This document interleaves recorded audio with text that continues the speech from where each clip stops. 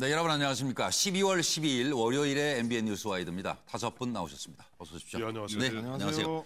지난 주말에 7번째 촛불 집회가 있었고 다시 월요일입니다만은 좀 많은 것이 달라진 것 같죠. 우선 이인재 전 의원이 저희 매일경제와의 인터뷰에서 대권 도전 의사를 처음 밝혔습니다.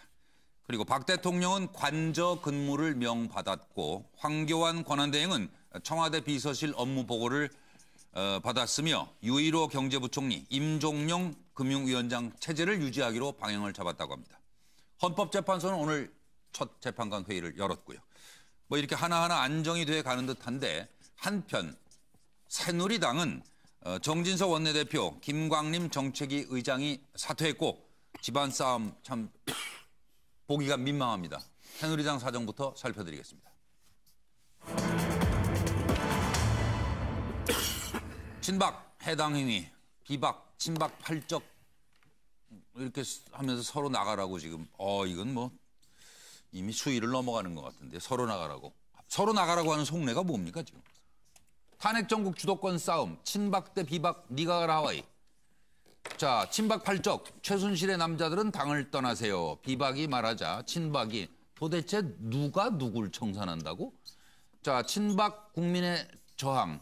당에는 자해 행위를 하고 있어요. 그게 아니지 김무성, 유승민이 중대 해당 행위자 아닌가? 친박, 비박, 최순실 방패막이한 친박 나가라. 그리고 친박 모임, 반혁신, 반통합 노선을 국민이 납득하겠나? 가소롭고 뻔뻔하다. 유승민 등 비주류가 당대표를 나가라고? 참으로 가소롭고 뻔뻔스러운 사람들이다. 친박, 구당 모임을 발족했습니다. 정진석. 가결 전날 회동 때 20분간 억울함을 호소했다. 김용태, 남경필, 이건 대통령께서 그렇게 억울함을 호소하셨다. 그 얘기를 전했습니다. 김용태, 남경필 탈당했죠. 적골 보기 싫어 진작 나와 신당 창당하기로 했죠. 더불어민주당 정장선, 새누리 곧 이혼할 거예요. 와, 서로 치부를 까발리는 극단적인 이혼 과정을 보고 있는 것 같다 하는 소리가 들립니다. 자, 누가 먼저 짐을 쌀까요? 국정을 농단하고 민심을 배반하고 그리고 최순실의 국정농단 사태를 방기한 최순실의 남자들, 친박 지도부의 이정현, 조원진, 이장우 최고위원, 그리고 친박 주동세력 서청원, 최경환, 홍문종, 윤상현, 국민의 준엄한 촛불 민심을 우롱한 자 김진태 이상 8명은 즉각 당에서 떠나주길 바랍니다. 박근혜 정권의 피해자인 척 코스프레하는 배반과 배신의 아이콘인 김무성 전 대표, 유승민 전 대표는 한마디로 적반하장입니다. 후한 무치일 뿐입니다. 대통령 탄핵을 사리사욕을 위해 악용하는 막장 정치의 장본인들입니다. 김무성 의원과 유승민 의원의 직책과 언행과 처신을 돌이켜보면 현 정부 탄생의 1등 공신이자 배반과 영린의 주인공들입니다. 뭐 동원 가능한 얘기 다 뭐 나오는 것 같아요, 송광훈 부장님. 예, 이거 같이 당을 하는 사람들이라고 생각하기 어려운. 네. 예, 그 발언들이 좀 쏟아지고 있습니다. 네. 그동안 뭐 총선 때부터 정신적인 분당 상태 이런 이야기는 했지만은 네. 지금은 저 정도 감정이 격화되면은 예. 서로 뭐 같이 하기 어려울 것 같고요. 그러게요. 예, 특히 뭐 무슨 뭐 살생부를 이야기하듯이 8명을 이야기하고 예. 또 전직 당 대표와 원내대표를 뭐 배신과 배반의 아이콘 예. 이렇게 이야기할 정도면 뭐 일단은 그 같이 하기는 어려울 것으로 보는데 네. 우선은 지금 친박 입장에서는 혹시라도 박근혜 대통령의 그 탄핵 심판이 헌재에서 기각될 가능성이 있다고 보고 일단 당을 지키려고 하는 것 같아요. 당 안에서 어쨌든 그 주도권을 가지고 있으려고 하는 것이고 뭐 비박 입장에서는 뭐 그 헌재가 이것을 인용할 거다 이렇게 믿고 서로 지금은 일단 기싸움에 들어간 상황이죠. 예. 그 뭐 황태현 평론가님 이거 언제 끝나요? 그러면? 이거요? 네. 꽤 가겠죠. 근데 저는 아니, 어쨌든 현재 결정 날 때까지 이러고 갈 수는 없는 거예요. 그렇게 갈 수는 없겠죠. 그러니까요. 현재 결정 언제 날지 모르겠습니다만은 그때까지 그렇게 뭐하고 네. 난파선의 키 잡기라고 그랬어요. 키. 있잖아, 키. 난파선에 키 놓고 빨리 어디로 가버리는 게 낫잖아요. 아니 근데 그렇다고 이 사람들이 다 보면 의원들 128명 의원들이 다 각자의 정치 생명이 있는데 네. 그 사람들 다 정치 그만두겠습니까? 돈이 많아서 그렇다면서요. 뭐 565억인가 있다. 뭐 그건 뭐 재산이. 당의 자산도 있고 또 보면 네. 국고 보조금도 있고 등등등 네. 대략 한 1,000억 정도 될 것이다. 네. 뭐 이런 얘기들이 있는데 네. 그러니까 이런 거죠. 친박 입장에서는 아니야 고관 열쇠는 내가 가지고 있어. 네, 그거예요. 그리고 비대위 구성에도 우리 중심으로 비대위 구성하고 우리가 비대위 구성해서 네. 네 모델링을 하던 재건축을 하던 재개발하던 우리도 하면서 야 이 사람들아 우리가 좋다 진골성골이라 치자. 예. 그러면 너희는 뭐냐 육두 보면 되지 않느냐. 예. 아 그동안 박근혜 이번 4.13 총선에서 우리가 그러면 X 묻은 개라고 치자. 너희는 겨 묻은 개는 되지 않느냐. 예. 누가 누구한테 돈을 던지느냐. 라는 것이 아마 친박의 입장인 것 같고. 하여튼 난파선에 조금 보물이 실려 있어요. 그러니까 안 내리는 거예요. 안 내리는 거예요. 안 내리고. 네가 내리라고. 그리고 아까 저 보면 이런 거 있어요. 아까 누가 보면 이혼 얘기하던데요. 예. 이혼. 새누리 곧 이혼할 거예요. 정장선 의원이 이혼을 안 해봐서 그래요. 이혼하려면요. 대판 싸워야 됩니다. 죽기 살기. 이혼 앞둔 부부들 싸우는 거 보세요.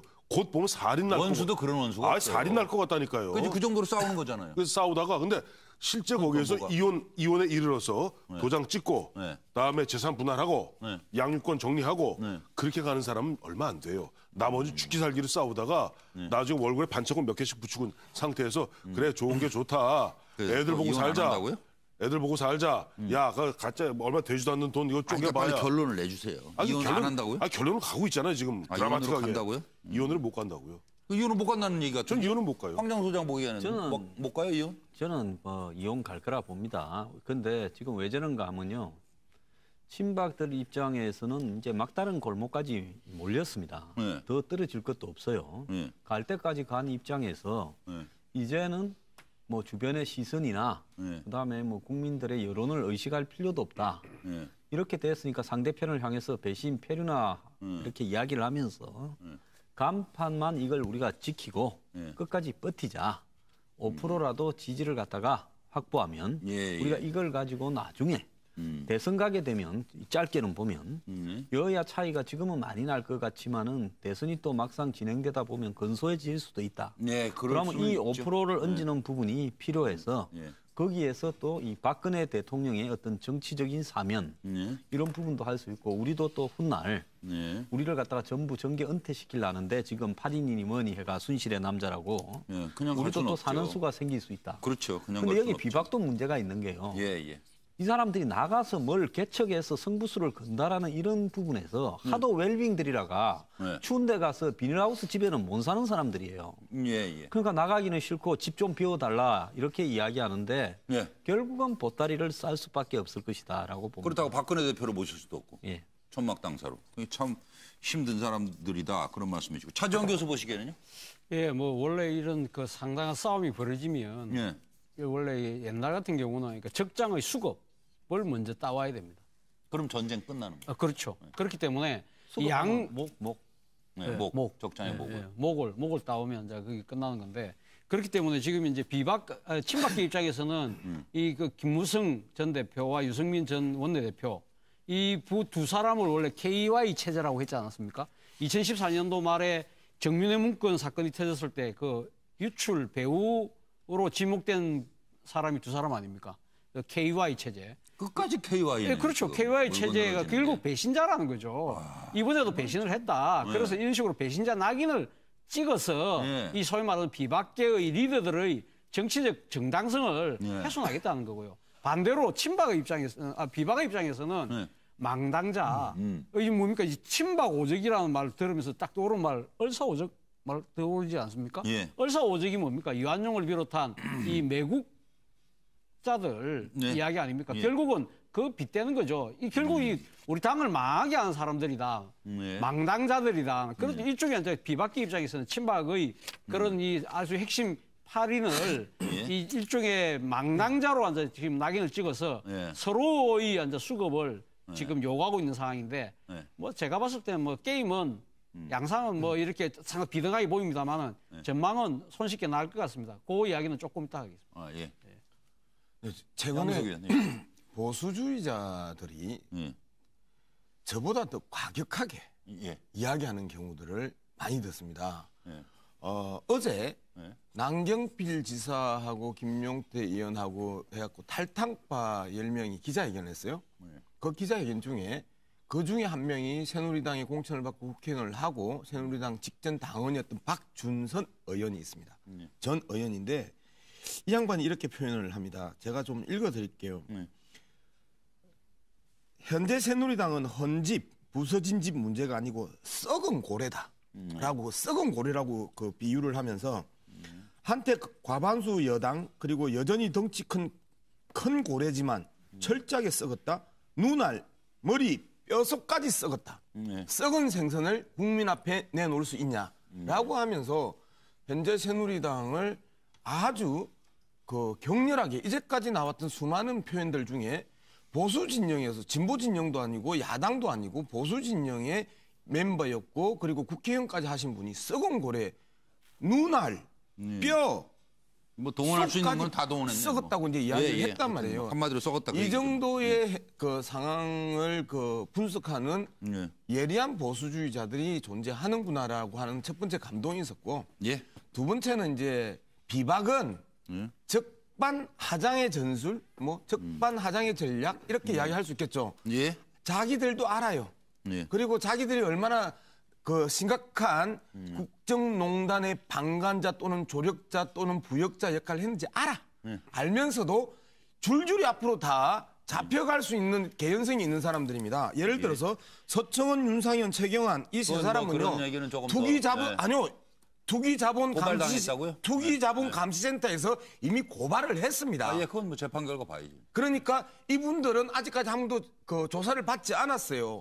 이 상황에서 이 현 체제가 무너져 버리면 이분들은 검찰 소환을 당해야 되는 사람들입니다. 이정현 대표 아시다시피 방송법 위반으로 시민사회로부터 고소를 당했어요. 이런 상황에서 현재 핵심 4명이 다 검찰의 고소 고발을 당한 상태이고 그리고 그러한 물적 증거들이 구체적으로 나와 있는 상태다. 이랬었을 때 자기들은 반드시 이 체제를 유지해야 되고 이 당권을 쥐고 가야 되는 사안이고. 알겠습니다. 아니 근데 제가 좀 이야기를 하려면 이야기가 벌써 3분을 가고 있기 때문에 좀 이야기가 아니고 뭐 다른 분들도 뭐 다 얘기를 해야 되니까 그럼 계속 있어요. 새누리 얘기. 그 다음 장에서. 그 다음에 할게요. 그 다음 장에서 질문 먼저 드릴게요. 자, 새누리당은 왜? 그럼 뭐 지금 말씀하신 대로 양 의원 말씀하신 대로 다 썩었대잖아요. 그럼 냄새나면 서로 도망가야지. 절대 안 가요. 서로 나가라 그래요. 왜 그럴까요? 저는 당에 그대로 남아서 당계에게 최선을 다하겠다. 이런 말씀 일관되게 드렸으니까 그 노력을 할 거고요. 뭐 일부 의원님들이 모여서 무슨 뜻으로 그런 말씀하시면 저는 뭐 더 이상은 답할 게 없습니다. 탄핵 와중에 있었던 행보를 해당 행위라고 어제 규정을 하던데. 그분들 어제 모여서 그런 거는 제가 보기에는 국민에 대한 저항이라고 생각합니다. 그래서 좀 민심을 상당히 거스르고 당 입장에서는 상당히 자해 행위를 하는 거 아니냐 그런 생각이 듭니다. 그 정도 합시다. 새누리당 안에서 지금 친박이 혁신과 통합이라고 하는데 친박이 혁신한다는 것은 모순이지요. 지금 이 모든 일을 일으킨 원인 제공자이고 장 본인인데 친박이 혁신한다는 것을 어느 국민이 신뢰하겠습니까? 친박은 혁신을 위해서 물러나는 것 말고는 다른 방법이 없지요. 친박이 혁신한다는 것을 모순이고 국민이 신뢰하지 않을 겁니다. 친박은 혁신을 위해서라면 지금 당장 1분이라도 빨리 사퇴하는 것이 정답이라고 봅니다. 그리고 최근 우리 당 비상시국 회의에서 계속 회의를 하면서 어제는 특히 성명을 통해 당 지도부 즉각 사퇴 및 대대적 인적 청산 요구를 했습니다. 지나가는 소가 웃을 일입니다. 당을 편가르고 분열시키고 당을 파괴한 주동자가 있는 비상시국회의가 지도부를 즉각 퇴진하라고 하는 것은 어불성설입니다. 정치인에 앞서 한 인간으로서 자괴감과 비애를 느낍니다. 혁신과 통합연합은 대통령 탄핵 사태로 조장된 새누리당의 위기를 극복하고 당의 화합을 이루기 위해 혼신의 노력을 기울이기로 했습니다. 오늘 회의에서는 보수의 분열을 초래하고 당의 분파 행위에 앞장서며 해당 행위를 한 김무성, 유승민 두 의원과는 당을 함께할 수 없다는 결론을 내렸습니다. 대선을 앞두고 대통령 탄핵 사태로 향도를 잃은 보수의 대통합을 위한 제 세력의 적극적인 동참을 촉구합니다. 네, 일단 저 루비콘강 건넌 이렇게 맞아요? 건넌 거예요? 루비콘강 건너니 루비콘 하면 생각나는 사람 있죠? 네. 박지원 의원 생각나. 연초에 보면 저 오늘 루비콘 근처에 있습니다. 네, 네. 근데 그 박지원 의원이 또 좋은 말씀을 하나 하셨어요. 뭐라고요? 분당도 해본 놈이 분당한다고요. 해본 사람이로. 아니 정확히 워딩이에요. 그때 박지원 의원께서 말씀하실 때 더 와닿더라고요. 그게. 분당도 해본 놈이 분당하는 것이지 그 아무나 분당하는 게 아닙니다. 조금 더 좀 사족을 달자면은 이념 집단이 아닌 이익 집단인 새누리당에서 앞서도 말씀하셨잖아요. 그 어마어마한 재산 놔두고 실제 보면 누가 풍찬 노숙하러 겨울 들판에 나가겠습니까? 쉽지 않은 집에서 세대결이 계속된다. 그리고 전망은 어느 쪽이 이겨요, 그럼? 아까도 말씀드렸잖아요. 결국 나중에 보면 부부싸움 똑같다니까 대판 나중에 반짝고 누가 이기고 진 사람도 없이 서로 화해하고 삽시다로 갑니다. 삽시다로 가고 꼭 이 얘기는 해야 되는 게 아까 마무리. 박준선 의원이 그 썩은 고래 비유를 들면서 국민들에게 이런 생선을 갖다 얘기했는데 고래는 생선이 아닙니다. 포일입니다. 중요한 지적이에요. 저는 올해 반대 의견, 말씀하세요. 끝까지 안 갈 것이라는 의견. 지금 당장이야. 지금 아까 말씀하셨듯이 그 565억 원의 그 당 재산, 그다음에 또 당원 302만 명, 진성당원 38만 명, 그렇죠. 뭐 가지고 있죠. 그러니까는 아무리 다 썰어져가는 집이지만은 지금 당장은 그 집이 필요하기 때문에 지금 한 지붕 두 가죽 들어가 있는 거예요. 지금 챙겨 나올 것도 많고. 챙겨 나올 것도 많고. 그러니까 일단은 그 거처가 있어야 되니까는 있는데. 결국 나중에 대선 국면에 들어가고 박기문 그 유엔 사무총장 귀국하고 또 이렇게 정계 개편이 분명히 일어날 겁니다. 이 상태로는 지금 뭐 대통령이 탄핵당한 상황에서 집권 여당이 그대로 이 한 지붕 두 가지고 한다는 것은 어렵다고 보고. 정권 재창출은 어렵다. 정권 재창출도 어렵고 이 상태로는 각 국회의원 개개인도 어렵죠. 그 같이 해나가기가 어렵기 때문에 그 대선 국민이 반기문 총장이 귀국하는 시점에 정계 개편이 있을 때는 분명히 갈라질 걸로 저는 보죠. 황 소장. 근데 루비콘강이요. 강이 아니라 가보면 또랑입니다. 폭이 1m밖에 안 돼요. 물폭은요. 그냥 금방 3m밖에 안 돼요. 그래서 어마어마한 걸 건넌 것 같죠. 그래서 루비콘강 건넜다가요. 또 금방 건너가 왔다 갔다 합니다. 그냥 신발 신고도 건너갈 수 있어요. 그래서 박지원 의원이 많이 해보셨다 그러면 또 뭐라 그러시겠지? 그래서 루비콘강 건넜다는 사람은 다 뻥쟁이들입니다. 그래서 풍천 노숙 체질이 아니라서요. 저렇게 뭉개고 있는데 결국은 비박이 지금 친박을 못 밀어내고 나가서 제3지대 개헌용 정당을 창당할 겁니다. 그런데 이 대선이 임박하기 때문에 어쨌든 뭐 헌재 판결이 내리지면 2달 만에 치러야 되잖아요. 그렇죠. 그렇기 때문에 개헌도 안 되고 결국은 후보가 내가 당선되면 임기 줄이고 개헌하겠다 이야기하는 정도에 머무는 그 후보가 아마 또 많은 그래서 이제 반기문 옹림용 정당이 될 거다. 그러면 여기에 이제 그러면 친박 비박이 갈라져서 대선을 따로 치르느냐? 전 또 그러지도 않을 거라 봅니다. 루비콘강이기 때문에. 양문석 의원은 어쨌든 지난번에 우리가 탄핵할 때 샤이 친박 이야기가 있었잖아요. 그래서 공개적으로 드러내지 않는 사람들 중에 숨어 있는 친박 세력들이 많고 그리고 여기에서 비박이라고 하더라도 그 오히려 탄핵을 반대할 가능성이 높다. 이제 이런 그 분석들이 있었는데 오히려 샤이 비박이 많았던 거죠. 20여 명이 그 더하면서 2, 3, 4를 찍었는데 지금 상황에서 보면 이것들이 우리가 지금 이야기하는 그 예측들이 언제 그 결정적으로 변화하느냐면 7일 뒤입니다. 어쨌든 원내대표가 오늘 그 사임을 선언을 했기 때문에 새누리당은 7일 안에 원내대표를 재선출을 해야 되는데 이 원내대표를 친박이 세워내느냐 안 그러면 원내대표를 비박이 세우느냐 이 상황을 보고 비박이 세우면 사실상 그 당권을 장악을 함으로써 분당의 가능성은 좀 작아지고요. 그렇겠네요. 친박이 원내대표를 세우면 분당의 가능성이 높아지는 그게 현실적이다. 요 현실이니까 7일 뒤에 대체적으로 분당이냐 그대로 가느냐가 결정되지 않을까 저는 그렇게 생각합니다. 차 교수님. 저도 뭐 전망을 하면서 이런 말을 써봤습니다. 청명해 주거나 한식해 주거나 속담을 써봤는데요. 청명하고 한식은 하루 차이밖에 안 되기 때문에 뭐 하루 뒤에 준 거나 뭐 결과는 똑같다. 시간 차이, 시간 문제라는 이야기 아니겠습니까? 그러니까 제가 하고 싶은 이야기는 뭐냐면 지금 이제 이 친박과 비박의 세대 대결은 결국은 뭐 벌써 게임은 정해져 있다. 결론은 정해져 있다. 그것이 결국 시간 문제라는 거죠. 어떻게 결론은 정해져 있냐? 제가 봤을 때는 이 친박이 더 이상 버틸지 힘들 것이 아닌가 하는 생각입니다. 오늘 뭐 이 여론을 친문들을 보면 지금 사실 그런 말이 나와 있지 않습니까?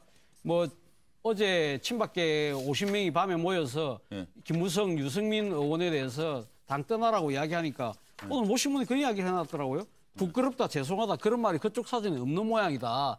그런 지적이 나올 정도였는데 저는 지금 앞서 샤이 비박 말씀하셨지만 저는 샤이 보수층들이 아마 가만히 있지 않을 거다. 그러니까 지금 새누리당 당내의 그 세력 분포를 본다고 한다면 친박과 비박이 균형점을 갖고 있는 것 같지만 당 밖을까지 포함하고 있으니까 지금 새누리당을 지금 에워싸고 있는 전통의 지지층들 입장에서 보면 이제는 박근혜 대통령과의 차별화를 통해서 그러니까 친박도 나가라.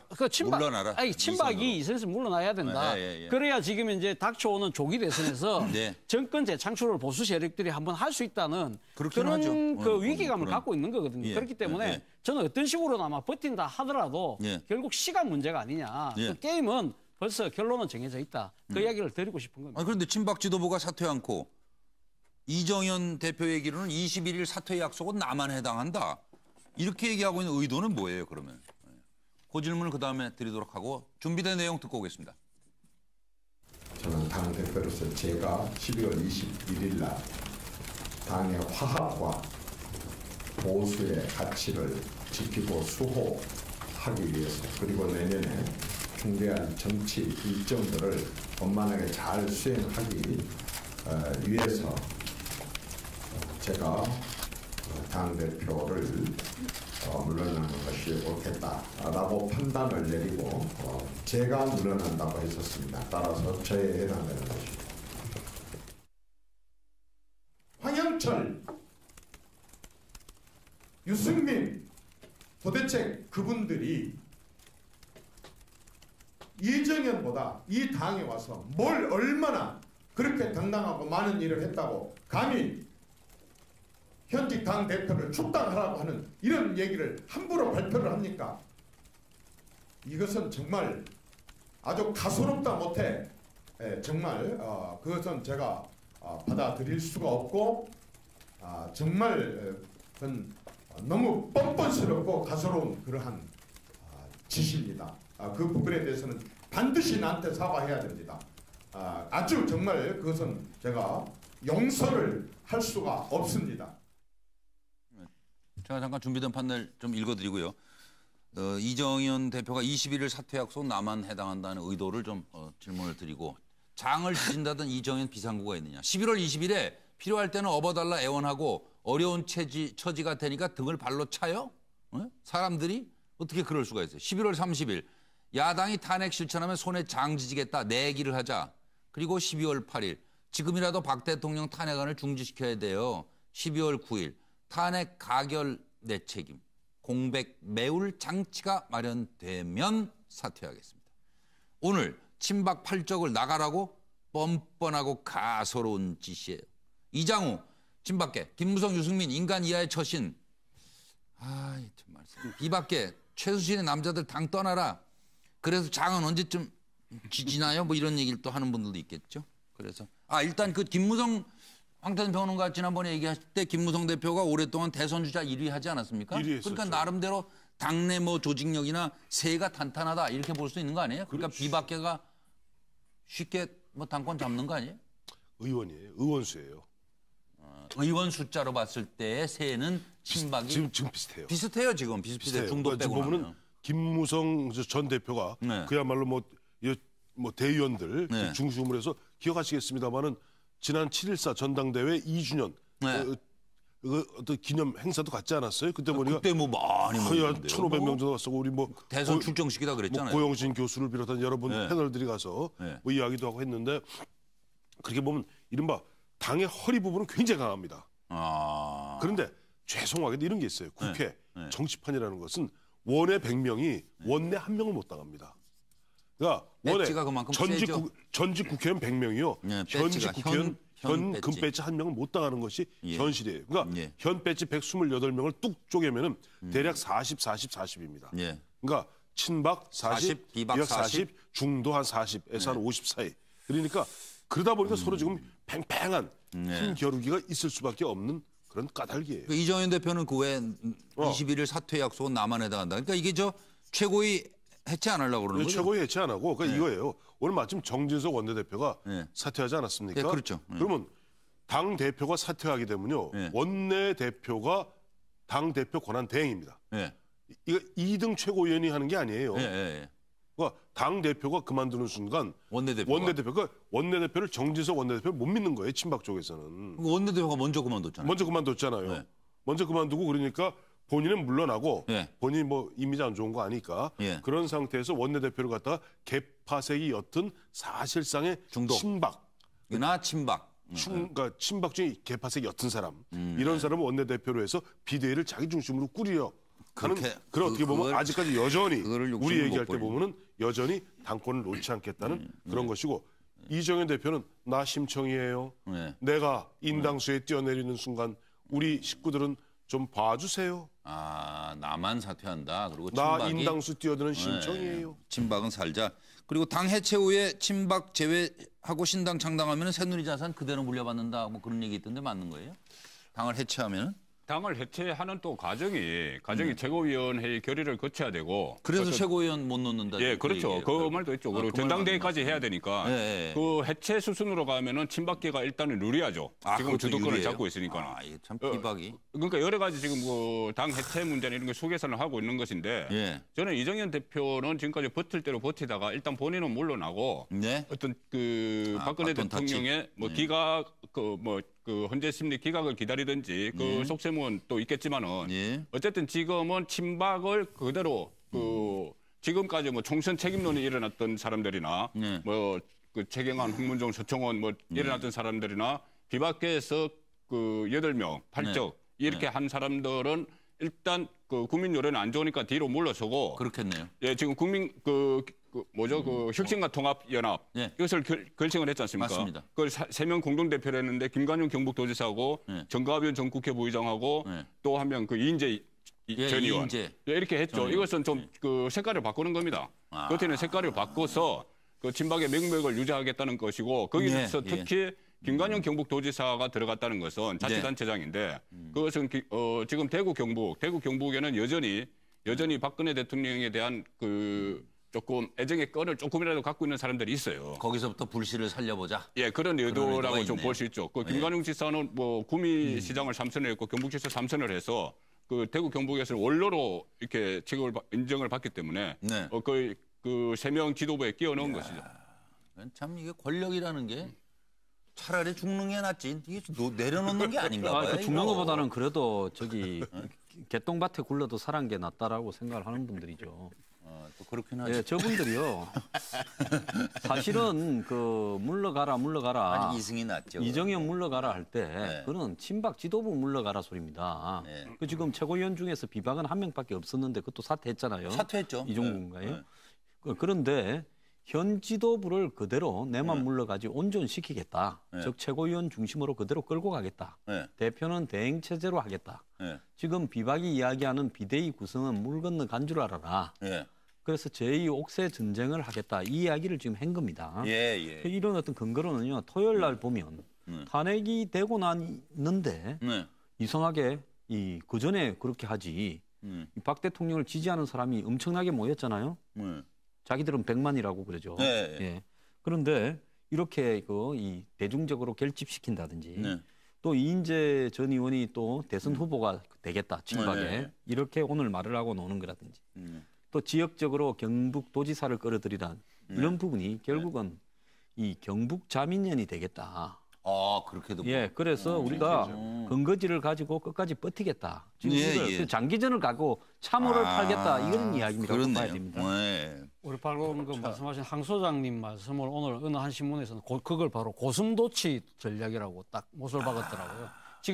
지금은 상당히 이제 당 밖에서, 당 안에서 또 여러 가지 이제 지금 친박들이 공격을 받고 있으니까 지금은 몸을 최대한 움츠리는 거죠. 물론 지금 이제 당대표직은 내려놓지만 그러나 당권은 완전히 다 내려놓지 않는 거죠. 그렇죠. 그러니까 친박이 이걸 갖고 있어야만 나름대로 그러니까 전부 버티다 못 되면 이 법적인 그걸 권한을 친박이 안 내려놓으면 비박이 어떻게 하겠습니까? 비박은 나머지 할 수 있는 방법은 결국은 당을 깨고 새로운 당을 만들 수밖에 없는 상황이거든요. 그러니까 새로운 당 깨고 나가든지 아니면은 또 이제 근데 문제는 새로운 당을 그러니까 비박이 나가서 이제 만든다고 했을 때 제가 아까 말씀드렸다시피 게임은 지금 끝나 있는 상황인데 그 상황에서 그러면 유력 대선 주자인 유승민 의원 그리고 반기문 유엔 사무총장도 가면 친박들만 있는 강성 친박들만 있는 당이 오겠습니까? 그렇지 않을 거라는 거죠. 그러면 제 바깥에서 새로운 비박 중심의 새로운 당이 만들어졌을 때 그 당이 결국은 대선에 나갈 때는 결국은 같은 또 우리 옛날 한 식구 아니냐. 손을 내밀 거라는 거죠. 그때 일종의 지분을 챙기기 위해서 후보 단일화 같은 걸 할 때 지분 챙기기 위해서 그걸 하기 위해서라도 지금 이제 당권의 고리를 놓칠 수가 없다는 거죠. 이것을 한마디로 고슴도치 전략이라고 모 신문에서 이렇게 규정을 했는데 상당히 수긍이 돼서 제가 소개해드립니다. 양문석 박사. 근데 저 사람들을 보면 참 재밌어요. 다 같은 식구였잖아요. 한때. 친이계가 몰락한 이후에 저분들이 이제 다 친박계로 해가지고 친박계에서 현 정권에서 수혜를 받은 사람과 수혜를 못 받은 사람들의 싸움이거나 수혜를 받으려고 하다가 쫓겨난 사람과 안 쫓겨난 사람이 싸움이잖아요. 이게 친박 비박이잖아요. 근본적으로 친이계 그룹의 그 집단적인 반발이 아니단 말이에요. 양대 계파에서 같은 계파에서 쪼개졌던 상황인데 이정현 대표 입장에서는 나 살고 니 죽고라고 이야기했는데 앞에서도 말씀드렸던 것처럼 이 말을 풀면 친박은 살고 비박은 죽든지 나가든지 해서 사실상 밀어내기 내가 버팀으로써 너희들은 나갈 수밖에 없는 것 아니냐. 버팀으로써 밀어내는 아주 그 육도 삼락인가요? 그런 거. 그다음에 뭐 손자병법인가요? 이런데도 그 본 적이 없는 전혀 새로운 그리고 창의적이고 창조적인 전술입니다. 내가 버티면서 다른 사람들이 나가기를 바라는. 그런데 저 이제 전술도 21일까지 기다릴 것 없다고 봅니다. 앞서 말씀드렸던 것처럼 원내대표가 누가 그 선언냐에 따라서 빨리 정리가 될 수밖에 없다. 새누리당의 그 현재의 분란은 7일 이후에 끝난다. 저는 그렇게 보는 거죠. 아니 그리고 한 가지 지금 이정현 대표와 관련해서 지금 짚어보고 넘어갈게. 지금 주목받고 있는 게 이정현 대표의 국정감사 때 단식했죠. 이정현 대표가. 정세균 국회의장 정기국회 시작하자마자죠. 그래가지고 큰 소리 치다가 일주일 만에 접은 이유는 따로 있었다 이런 얘기가 나오는데 여러분 생각을 들어보도록 하겠습니다. 먼저 준비된 내용입니다. 저는 처음에 이정현 대표가 김재수 농림부 장관 해임 건의안이 통과된 이후에 단식 들어갈 때 이해할 수 없었습니다. 장관 해임 건의안이 지들이 그냥 대통령이 안 받으면 그만인데 왜 단식을 들어가지? 그러면서 국정감사를 거부할 때 혹시 우리가 이 게이트를 터뜨릴 걸 알고 있나? 그래서 단독 국감을 그냥 강행했습니다.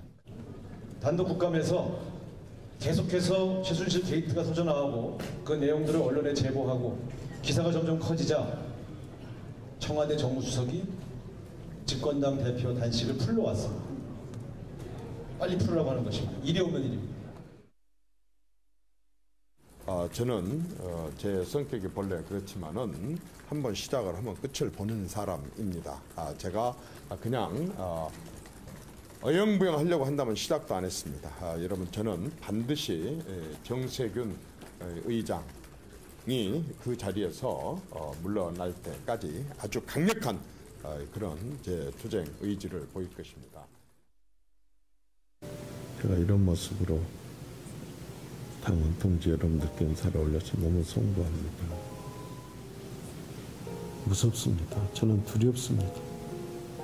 정말 저런 사람들이 집권을 하게 되면 얼마나 공포의 정치, 정치 보복의 정치, 무서운 정치를 할지 저는 두렵습니다. 동지 여러분, 여러분들이 지금 당대표 저와 함께 정말 마음을 모아주십시오. 어느 때보다도 당원 동지 여러분의 정말 진정 어린, 진심 어린, 적극적인 여러분들의 도움이 필요합니다. 네, 이정현 대표가 최순실 게이트 폭로되는 걸 이제 막고자 단식을 했다, 이런 이제 의혹 제기입니다. 우상호 더불어민주당 원내대표가 이정현, 김재수 해임안 통과 후에 단식할 때 이해가 안 갔다. 대통령이 이걸 받지 않으면 그만인데 뭘 단식까지. 그런데 그 후에 국감 거부를 했는데 혹시 우리가 이 최순실 게이트를 터뜨릴 걸 알았나? 야당의 최순실 게이트 폭로 국감을 막기 위해서 김재수 해임안을 빌미로 단식 투쟁에 돌입한 거 아니냐, 이런 이제 의혹을 제기한 겁니다. 네, 양무석 박사부터. 왜 그때 이 방송을 안 봤을까요? 제가 일관되게 박근혜 게이트, 최순실 게이트의 방패막이고 시간 벌기 전술이라고 계속해서 이야기를 했습니다. 그 당시에 상황이 어떤 상황이냐면 정경련이 K 스포츠 미러 재단에 대해서 자기가 했다. 그리고 또 갑자기 정경련이 해체하겠다 하는 과정들이 그 이정현 대표의 단식 투쟁 과정이었었거든요. 이제 그런 부분에 있어서 이미 충분히 그 이야기를 했음에도 불구하고 지금 뭐 저렇게 이야기하는 것도 참 뜬금이 없는 거고. 방금 제가 이정현 대표의 그 동영상을 보면서 정치 쇼를 저렇게 리얼하게 할 수 있는가. 정말 우리가 많은 인간극장이나 우리 그 휴먼 다큐멘터리를 보면서 정말 환자들이 돈이 없어서 성금을 모으기 위해서 그리고 텔레비전이 사회기업 그 프로그램으로 만들어주는 그 프로그램하고 거의 뭐 진배 없이 감동적이에요. 그리고 짠하고 정말 울컥 눈물이 나올 정도의 감동적인 저 연기. 좀 정치인보다는 탤런트나 영화배우로 갔었으면 저렇게 리얼한 연기를 보여주면서 대중적 스타가 되지 않았을까요? 지금처럼 지탄받는 친박계의 수장, 자장으로서 그 역할보다는 훨씬 나았을 거예요. 차정원 교수님. 예, 저는 뭐 자라보고 놀란 가슴이라고 썼는데요. 사실 왜 제가 이런 표현을 썼냐고 하냐면 지금 이정현 대표가 단식에 들어간 날이 9월 26일입니다. 그런데 그 최순실 씨가 이 소위 말해서 이 국민들 앞에 이름이 처음 공개된 것이 9월 20일 날 한겨레 신문이 K스포츠 재단의 그 지금 이사장은 최순실 씨가 임명한, 최순실 씨가 단골로 드나들던 마사지 센터의 그 주인이다. 그 이야기가 9월 20일 날 처음 나왔습니다. 그 전까지만 하더라도 비서실세는 정윤회 씨였거든요. 최순실이라는 이름이 처음으로 나온 거죠. 근데 사실은 제가 봤을 때는 지금 이정현 대표가 홍보수석, 정무수석을 했지 않습니까? 그리고 대통령을 오랫동안 모셨기 때문에 최순실 존재를 분명히 알고 있었거든요. 그렇기 때문에 처음 지면에 최순실 씨 이름이 나온 순간 아마 깜짝 놀랐을 겁니다. 이거 잘못하면 이거 정권의 무너지는 이 상황으로 갈 수 있겠다는 생각을 했겠죠. 그래서 이걸 덮으려고 나름대로 방어를 하려고 단식에 들어갔는데 가만 보니까 이 한겨레 신문이 처음 보도할 때만 하더라도 한 열흘, 한 보름까지는 다른 매체들이 열심히 쫓아오지 않았거든요. 이 보도가 계속 그쪽 한겨레 신문이 계속 추적 보도하는 그 상황으로 머물러 있었기 때문에 이 결정적인 한 방이 없구나. 그렇다면 뭐 이제 앉아 털고 일어나도 되겠거니. 그렇게 해서 일주일만 털고 일어난 것이 아니냐는 것이 합리적 추측이지 않을까 생각합니다. 그렇고 제가 볼 때는요. 결국은 8월 달부터 이제 시작된 조선일보의 공격, 그리고 이제 우병우 수석 관련 보도. 조선은 이미 그때 고영태 자료를 가지고 있었으니까 청와대도 그 내용을 다 알고 있었을 거라고 봅니다. 또 최순실 사진을 찍은 것이 7월 중순 아닙니까? 조선이요. 그러니까 이게 최순실을 위한 공격용으로 우병우를 먼저 공격하고 있구나라고 파악을 했고요. 그때 청와대가 이 부패 기득권 세력과 좌파 세력이 연합해서 정권을 흔든다 이렇게 나올 때 아닙니까? 그리고 곧 송희영 주필이 그만뒀잖아요. 8월 말에. 그다음에 이석수 감찰관이 이제 뒤흔들리기 시작했지 않습니까? 이런 시점에서 지금 김재수 농림부 식품부 장관 잘하고 있습니다. 야당도 물러가라는 사람도 없고 이제 관심도 없어요. 그리고 솔직히 말하면 새누리당도 관심도 없어요. 잘해서 관심이 없는 거예요? 아예 그냥 관심이 없는 거예요? 워낙 큰 일들이 많다 보니까 그 일은 일도 아닌 거죠. 잘하는지 못하는지 모르고. 그래서 장관이라 미르재단이나 K스포츠 쪽으로 최순실 쪽으로 이렇게 불똥이 번져 나올 거니까 일단 당이 무조건 몸을 던져서 대표부터 단식을 해서 죽기 아니면 살기로 막아라. 이렇게 저는 오다가 떨어져서 그렇게 했다 봅니다. 우리 황 소장님께서 항상 이 팩트나 이런 거 상당히 잘 신경 써주고 하시는데 특히 농정에서 또 많이 아시는데 김재수 장관이 잘하신다는데 지금 근데 잘한다 말한 적 없어요. 잘하고 계시는데 아니 그냥 누가 방해를 안 하니까 그냥 하고 있다고. 제가 왜 그 말씀 드리냐면 AI 때문에 지금 그 뭐 가금류가 지금 1,000만 마리를 지금 보통 심각한 게 아니에요. 보통 심각한 게 아니에요. 지금 농림부가 제대로 지금 하고 있는 제대로 일을 하고 있는지 오늘 그거부터. 이거 진짜 심각한 문제거든요. 그런 거 챙겨야죠. 이제. 알겠습니다. 그래서 그래서 농림부 장관 더 잘해라 그 얘기. 아니 그 이야기가 아니고 잘하고 있다는 거는 각 부처장관들이 그렇게 됐는데도 물러가라 소리 하는 사람 없이 없었어요. 잘하고 있다는 맞아요. 그게 정당들이 잘못하고 있는 거네요. 물러나라야 되는. 뭐 농림부 장관뿐만이겠어요? 농림부 장관은 특별히 신경 써야 되고 지금 그리고 각 부장관들이 정말 어느 때보다도 두 눈 똑바로 뜨고 국정을 챙겨주시기 바랍니다. 그나저나 지금 몇 시? 6시 47분인데 지금 궁금하네요. 대통령은 관저에서 오늘 하루 어떤 마음으로 보내셨을까요? 로 넘어가기 전에 안 하신 분이 있었어요. 어떤 마음으로 지금 이 진행을 지켜보셨을지 궁금한데 왜 나는 빼지? 제가 왜 지금 말씀하세요. 일주일 만에 접은 이유는 쓴 대로 그냥 VIP 짓이에요. 기억하시겠습니다만 당시 김재원 정무수석이 2차례 걸쳐서 보면은 처음에 와서 단식을 중지하시라. 두 번째 또 와서 정말 중지하시라. 맞아요. 그러니까 그것도 좀 유난스러워보긴 했어요. 정무수석이 와서 유난을 좀 떨었잖아요. 맞아요. 저는 여기서 한 가지 꼭 짚고 넘어가고 싶은 게 좀 우상호 민주당 원내대표 그랬잖아요. 우리가 어떻게 터뜨릴 줄 알고 최순실 게이트를. 그 당시 물론 국정감사 기간 중에 보면 최순실 등에 대해서 계속 증인으로 신청을 했죠. 그 당시 뭐 최경희 이하여대 총장 등. 근데 다 무산되지 않았습니까? 그런데 아까 보니까 우상호 지금 대표가 좀 아전 인수격으로 해석하시는 것 같아요. 최순실 게이트 이거 갖다 폭발한 것은 사실 태블릿 PC가 나오고 모든 언론이 발로 뛰어서 그런 것이지 죄송합니다만 야당 의원님들이 애는 쓰셨으나 그렇게 큰 역할은 못했어요. 그게 의미 있는 복귀는 아니었다. 그게 의미 있는 복귀하면 아전 인수격 해석이다. 라는 지청구 듣기 딱 14입니다. 그러니까 최순실 게이트가 터질 조짐을 이정현 대표가 알았다면은 저런 수를 쓰는 건 아주 하책이죠.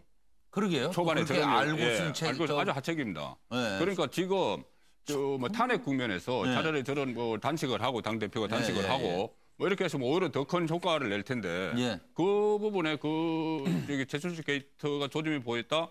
그래서 그것을 덮기 위해서 그 단식을 했다. 이것은 너무 언론이나 그 야당을 우습게 본 거죠. 여론을 우습게 보는 거죠. 저는 그 차원보다는 그때 당장 처음 당 대표가 되고 첫 여소야대 그 상황에서 그런 상황이 벌어졌으니까는 뭐 어떤 앞으로도 그 재발을 막기 위해서 뭐 어떤 본보기를 보여주기 위해서 했다. 저는 그렇게 믿고 싶어요. 이것을 그냥 최순실 게이트를 덮기 위해서 했다고 하면은 이것은 전략 부재죠. 뭘 덮어요. 덮기는 터지지도 않았을 건데 딱 태블릿 PC 하나만 안 나왔으면 이거 이렇게 안 터졌어요. 안 터졌어요. 만약 그렇다면 그 당시 깜짝아 되죠. 이정현 대표가 많은 상황을 알고 있었다는 이야기가 되거든요. 그거 몰랐어요. 내가 보기에는 아무도 몰랐어요. 오히려 보면은 그 당시의 해석들이 있죠. 보면은 처음에 정세균 의장이 이제 그 개원사에서 보면 좀 오버하셔갖고 막 좀 대들었잖아요. 새누리당이. 그런 상태에서 김재수 장관 처리하는 과정에서 그때 여당에서 나왔던 얘기가 이런 식으로 정세균 의장을 놔두었다가는 12월 2일 날 예산안 통과시킬 때 부수법안의 법인세 등 이런 이걸 할 것이다. 그래서 그 당시 정진석 원내대표도 뭔가 강하게 태클을 걸어야 된다는 입장은 있었어요. 근데 강하게 태클을 걸어야 되는데 문제는 갑자기 뜬금없이 이정현 대표가 단식으로 나왔다. 그게 저는 합리적 추론이 아닌가 봅니다. 예, 어쨌든 자 청와대로 가봅니다.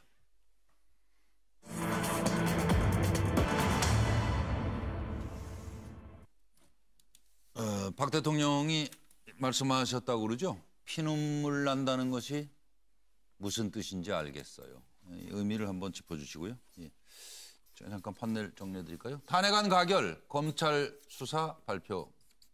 그걸 지켜본 박근혜 대통령 현재 속내가 어떨지.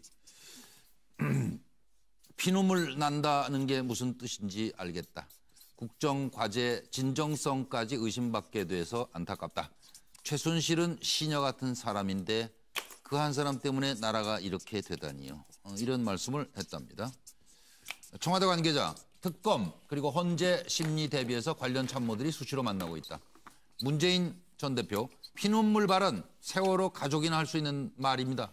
박지원 원내대표, 피눈물, 심정을 알고 대통령이 됐어야 하는 것 아니냐. 박원순 시장, 국민이 흘린 피눈물은 이미 바다다. 대통령이 무슨 뜻인지 알겠다. 피눈물 난다는 게. 의미는 첫째, 대통령으로서 국민에게 미안함. 둘째, 최순실 일부 친박한테 뒤통수 맞아서. 셋째, 잘한 일도 많은데 나쁜 점만 부각돼서. 글쎄요. 네, 들어보시죠. 저는 오늘 새누리당 원내대표직에서 물러나려고 합니다. 저는 탄핵 표결 하루 전인 12월 8일 청와대에서 박근혜 대통령과 마주 앉았습니다. 대통령은 저에게 자신의 억울함을 20분 이상 호소했습니다. 마음이 아팠습니다.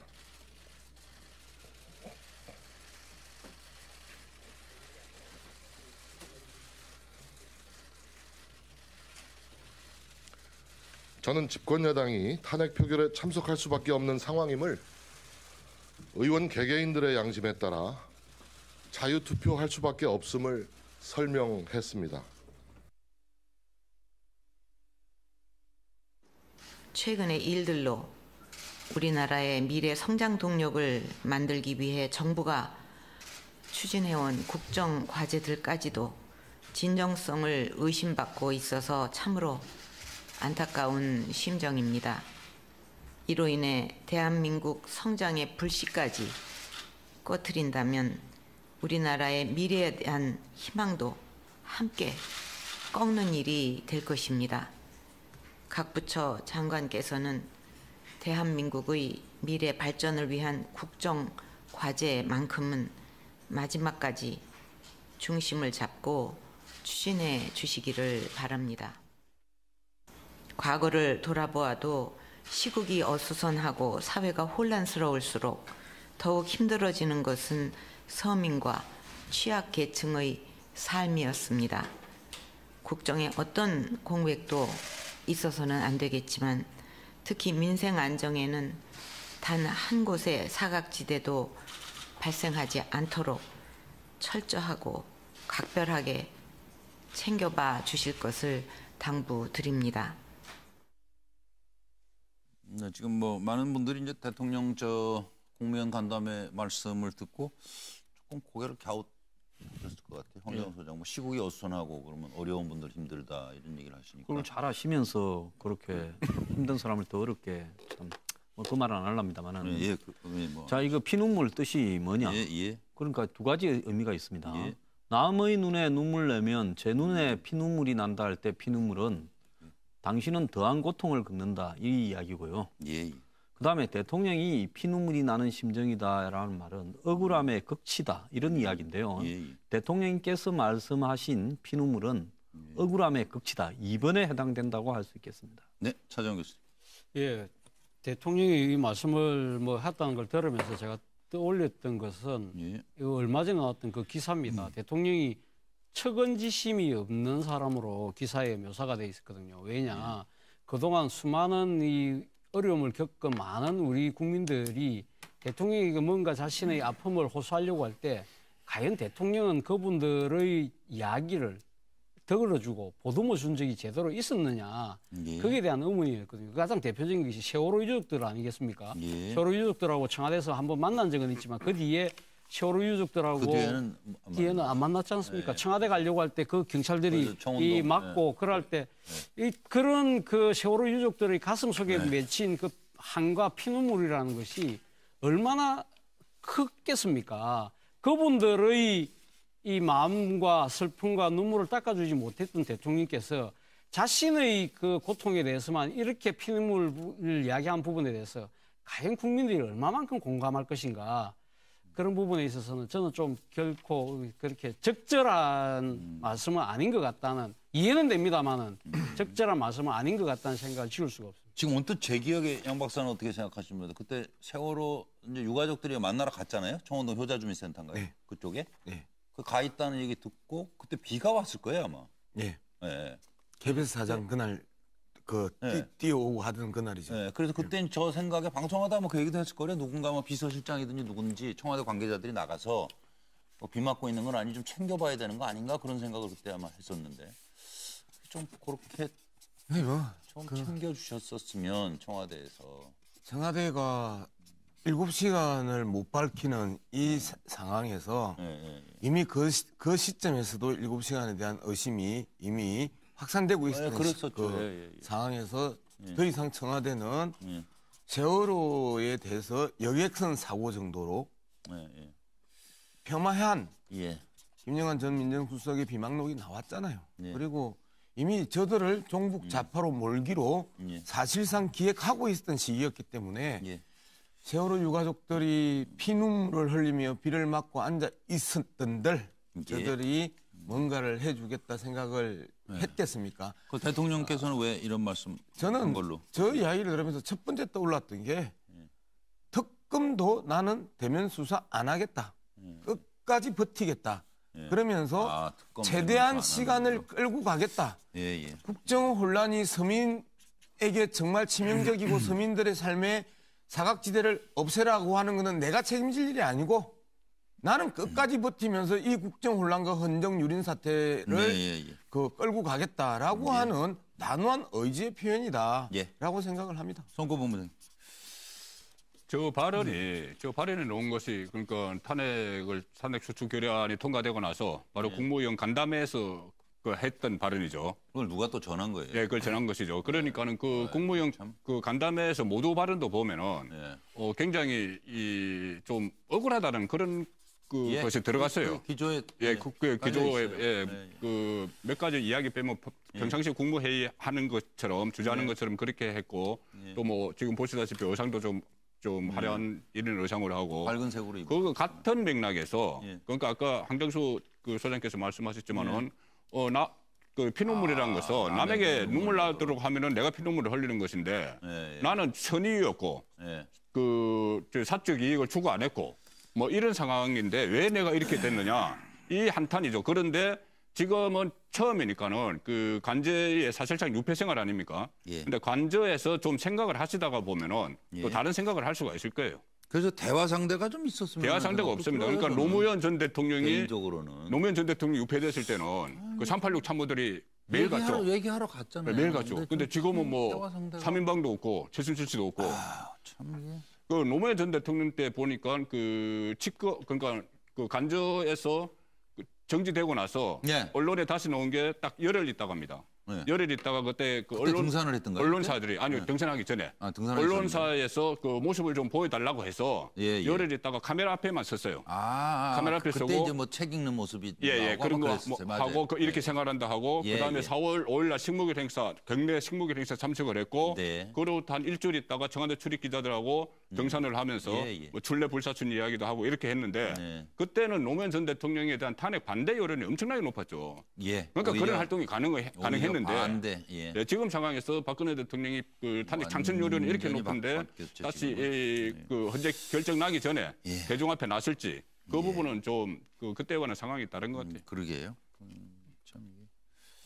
아마도 제가 보기에는 이 발언들이 지난 금요일에 알려졌었으면 아마 지난 토요일 날 촛불이 그 감소 추세가 아니라 폭증 추세로 돌아섰을 겁니다. 지난번에 제가 나와서 4차 담화하면 사실상 연쇄 방화범 첩처럼 그 불길을 더 키울 거다라고 이야기를 했었는데 저 발언이 알려졌으면 지난 토요일 촛불이 저 정도 수준에서 수습 국면으로 전환했을까? 그리고 축제 분위기로 전환했을까? 아닙니다. 저는 지금 저 발언이 계속해서 확산되고 회자되면 회자될수록 이번 주 주말 촛불 집회는 더 크게 타오를 가능성도 있다. 그러니까 이거 누가 전하는 거예요, 이게? 네, 황태현 평론가. 그건 무슨 홍보수석이 전했거나 대변인이 전했거나 있겠죠. 대개 청와대 관계자 그러면 대개 이제 수석들을 얘기하는 거 아니겠어요? 아니, 늘 그랬죠. 근데 앞서 이제 말씀하신 대로 박근혜 대통령이 그거예요. 나는 뭐 경계 담장을 좀 낮추었고 40년 지인인 사람, 그 주변 관리 좀 못했던 것뿐인데 나는 선의로 사익 추구한 바 없는데 나 억울해요. 그다음에 두 번째 검찰이 말이야. 이 배신자들 특히 검찰 뭐 어차피 당내에 있는 비박들은 그런 사람들인 줄 알았는데 아니 검찰이 그동안 그렇게 나에 대해서 입안에 혀같이 놀던 검찰이 이럴 수가 피눈물이 나네요. 아 이거 박근혜 대통령 입장에서 드리는 말씀이에요. 네, 그렇죠. 그리고 다음 그 모금은 이게요. 저는 이 인물 이게 연구 대상 아니에요. 지금 저 신임 민정수석 얘기요. 박근혜 정권을 이렇게 비판할 수가 있어요. 그런데 그 다음날 자국 깨니까 청와대 민정수석 하려는 거예요. 그래서 덜커덕 들어갔어요. 나는 정말 이거 좀 아는 분 좀 얘기 좀 해주세요. 탄핵 심판 대비해가지고 뭐 이런저런 얘기하고 조대한 신임 청와대 민정수석이 SNS에 올린 글입니다. 10월 21일 검사의 무능. 검찰은 미르재단, K스포츠재단 비리 외면하고 미동도 안 했으니 무능하다. 그리고 11월 5일 뇌물을 직권 남용으로 이야 정말 아직도 멀었다 검찰. 포괄적 뇌물죄가 적용된 전두환 전 대통령 사건을 좀 참고해서들 해라 제발. 그리고 바로 또 이어서 지근거리에서 보좌한 사람이 전혀 몰랐다? 이건 김기춘 전 실장 얘기하는 겁니다. 뭐니 해도 모르고 짓는 죄가 더욱 크나니 이렇게 일갈하고 그리고 이제 11월 23일 최태민의 그림자가 그리고 김용환은 아는데 김기춘은 모른다. 7인의 멤버였으니까요. 김용환 전 장관 전 재무장관께서는 이제 뭐 멀리 하세요 이랬다가 이제 멀어졌다는 거 아니에요. 그러니까 청와대 민정수석도 인정한 뇌물죄. 1,000억 가까운 대기업 돈을 최순실 등이 주물럭주물럭 했다. 공무원을 그렇게 움직이게 하는 더 고의의 더 강력한 힘이 작용했다고 보는 것이 상징적 경험치이다. 이렇게 말씀하시고 바로 민정수석에 가셨으니 이제 와서 32명까지 보강하고 뇌물을 말이야. 그것도 공갈성 뇌물을 직권남용으로 검찰 정말 아직도 멀었다. 전두환 비자금 사건 기록을 참고하면 바로 답이 나올 것이다. 이렇게 말씀을 쉴 사이 없이 뱉어내시던 분께서 저는 직무가 정지되기 직전 그것도 몇 분 전에 조대한 민정수석을 임명했습니다. 그런데 조대한 민정수석이 지난달 자신의 SNS에 올린 글을 통해 사실상 대통령이 뇌물죄를 인정했습니다. 헌재 탄핵 소추안 심판과 특검 수사의 방패를 삼으려던 민정수석이 사실은 엑스맨이었습니다. 박근혜 대통령이 마지막 물러가면서도 그 오락가락하는 조대환 민정수석을 임명한 것도 마지막까지 역시 박근혜 대통령은 인사를 실패시키는데 모습을 보이고 떠나는구나 하는 것을 생각했습니다. 이거 누가 총철살인 딱 한 말씀으로 정리해 주세요. 예, 오발탄. 박근혜 대통령도 오발탄이고 조대한 변호사도 오발탄이에요. 저런 게 알려주고 민정수석 제안을 받았는데 과감히 거절했으면 차기 대통령감입니다. 송건 본부장님. 일단 뭐 검증을 못한 거죠. 검증 체계. 차기 대통령감은 좀 너무 나갔을 거 아니에요? 차차기. 고치겠습니다. 차차기로 하겠습니다. 송건 검증 체계가 전혀 뭐 안 돼 있는 상태에서 그 어떤 그 박근혜 대통령이 본인과 가까운 법조인을 찾다 보니 그 국가미래연구원이죠. 맞아요. 거기 싱크탱크였던 거기 참여를 했고 또 인수위도 전문위원회를 했습니다. 전문위원회를 했고 뭐 그런 그 인연을 찾다 보니 좀 편한 사람을 하려다가 검증을 못한 결과죠. 그런 것 같아요. 저는 저분 개인적으로 잘 압니다. 아 그러세요? 예, 상당히 직진남이죠. 뭐 하나 옳다고 하면 그 길로만 밀고 가는 스타일이에요. 그 남자다운 그런 부분도 좀 있습니다. 그러니까 박 대통령이 어떻게 보면 적임자를 찾았지요. 비판을 했지만은 그분이 맞겠다고 하면 막겠다고 하면 바로 또 직진이 되는 거예요? 직진으로 밀 수 있는. 이쪽으로 직진으로 방향을 바꿔서? 누가 뭐라 그러더라도 그냥 눈 딱 감고 밀고 나갈 뿐이니까 어떻게 보면 적임자다. 우병우 수석을 향원, 즉 겉으로만 똑똑하지 사입이 문제하다. 이렇게까지 공개적으로 비판을 하지 않았습니까? 근데 가서 만약에 하면은 그 우병우보다 더 잘할 수 있다는 거예요, 그럼? 듣기에 따라서 지금? 그 방향이 문제지. 어쨌든 저는 직진남이라고만 이야기했습니다. 맘만 먹으면 뭐 우병우 따위야 이런 거예요, 지금? 저는 뭐 박근혜 대통령 입장에서는 찬밥 더운 밥 가릴 때가 아니다는 거죠. 지금 뭐 하기야 누가 간다 그러겠어요, 지금. 그렇죠. 그러니까 근데 어려운 자리 아니에요. 지금 또 세월호 문제가 사실 또 탄핵 소추안에 포함되어 있지 않습니까? 그 점에 지금 또 세월호 네, 특조위 부위원장을 했기 때문에 부위원장, 그런 부분에서도 좀 조력을 받을 수 있겠다 생각을 한 거죠. 그렇기 때문에 뭐 조대한 이 지금 신임 정무수석, 민정수석의 이런 이력에 대해서 별로 그렇게 관심을 안 두신 것 같은데 저는 정말 이런 부분들이 박근혜 대통령이 진짜 대한민국 국민들의 마음을 정말 모르고 있다는 거죠. 사실 뭐 본인이 지금 직무정지 직전에 신임 정무수석을 임명하는 것 자체도 이례적이고 잘못된 것이지만 무엇보다도 앞서 제가 말씀드렸지만 조대한 변호사가 어떤 분입니까? 세월호 특조위 할 때 세월호 유가족들하고 엄청나게 갈등을 부딪혔죠. 많이 일으켰던 분 아닙니까? 국민들의 이제 가슴에 사실 어떻게 보면 대못을 박았던 분 중에 한 분이신데 이런 분을 신임 민정수석이 임명한다? 저는 박근혜 대통령이 탄핵당하고도 전혀 이 지금 뭡니까 이 반성, 자신을 돌아보는 그러한 그 마음의 자세가 안 돼 있는 것 같아요. 우리가 양 박사, 음주운전을 해도 직진이잖아요. 뒤로는 안 가잖아요. 음주운전해도 좌충 우도를 하면서 직진을 한단 말이에요. 일단 직진하면서 사고를 내는 거죠. 제가 보기에는 직진남이라고 하니까 직진남은 직진남인데 음주 상태에서 운전하는 직진남 아닌가 저는 그렇게 보는 거고. 그런 의혹이 든다. 두 사람의 공통점이 있습니다. 박근혜 대통령하고 조대한 신임 민정수석은 세월호 유가족들의 눈에 피눈물을 뽑았던 당사자들입니다. 그러한 공통점이 있네요. 알겠습니다. 시간이 벌써 많이 지나서요. MBN 뉴스와이드 생방송으로 진행해드리고 있습니다. 7시 7분을 넘어서면서 밥 짓던 사람이 입을 여니까 무섭네요. 자, 이분이 청와대 조리장 얘기를 좀 해보도록 하겠습니다. 그분이 오신다면 마음의 준비를 해야 했지요. 청와대 전 조리장은 왜 입을 열고 이렇게 말씀을 막 하시기 시작했을까요? 그분이 오신다고 하면 마음의 준비를 했다. 의미가 뭐예요? 그리고 검찰은 최소 10차례 최순실이 출입했다. 청와대를. 근데 이 조리장 말씀은 올 6월까지 자기가 그만둘 때까지 매주 왔다는 거 아니에요. 이건 무엇을 말하는지 좀 짚어보겠습니다. 자, 청와대 전 조리장이 말하는 박 대통령과 최순실은 그분이 오신다면 마음의 준비를 그렇죠. 뭐 이것저것 시키는 게 뭐 김밥도 싸야 되고 그러니까 마음의 준비를. 최순실 올 6월까지 매주 청와대 출입했어요. 제 눈으로 봤다니까요. 지금 증언이 나온 거예요. 최순실 일요일마다 3인방과 회의했어요. 끝나고 김밥을 꼭 싸가지고 갔다니까요. 그리고 최순실 회의하는 동안에 박 대통령은요. 혼자서 식사하셨어요. 세월호 당일에도요. 대통령 점심 저녁 혼자 식사하셨어요. 이 사람 아마 기록이 있을 거예요. 몇 그램 들어갔다 몇 그램 나오는지 다 적었다니까. 반찬 뭐 이런 게. 지진 나도 새벽에는 대통령에게 보고 못했어요. 그리고 김기춘 실장 최순실 알고도 모른 척하는 거예요. 대통령 생얼로는 그 누구도 안 만나요. 3년 4개월 일했는데 화장 머리를 안 했다고 그날 인사를 못 받았어요. 인사를 안 받으시더라고요. 그래서 사진도 못 찍고 나왔어요. 자, 청와대 전 조리장 눈에 비친 박 대통령과 최순실의 관계는 첫째 공주와 시녀다. 둘째 동급 관계다. 셋째 언니와 동생 사이다. 넷째 실세와 허세. 누가 먼저 답변을 주시겠습니까? 차지원 교수님, 제가부터 하죠. 제가 봤을 때는 결국 이 뜻 아니겠어요. 권력 서열 일이 납시오.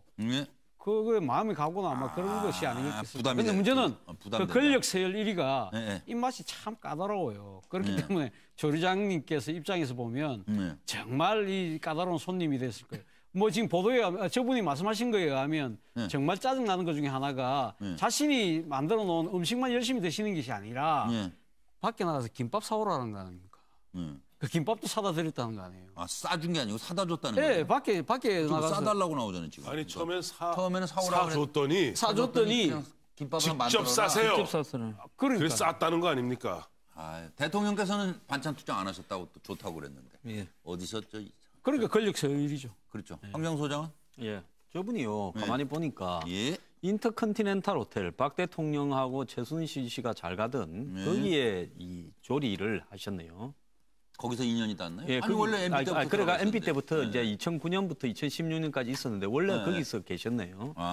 오면 화장실 둘러가지 밥도 한꺼번에 이렇게 차례가 다 같이 먹고 한 번에 치우면 좋잖아요. 그게 제일 좋죠. 대통령 따로 먹고 최순실이 따로 먹고 3인방 따로 먹으면 밥을 몇 번 차려야 되겠습니까? 따로 먹었나 몰라요. 또 사이가 안 좋은데. 네, 그러고 또 김밥은 싸달라 하지.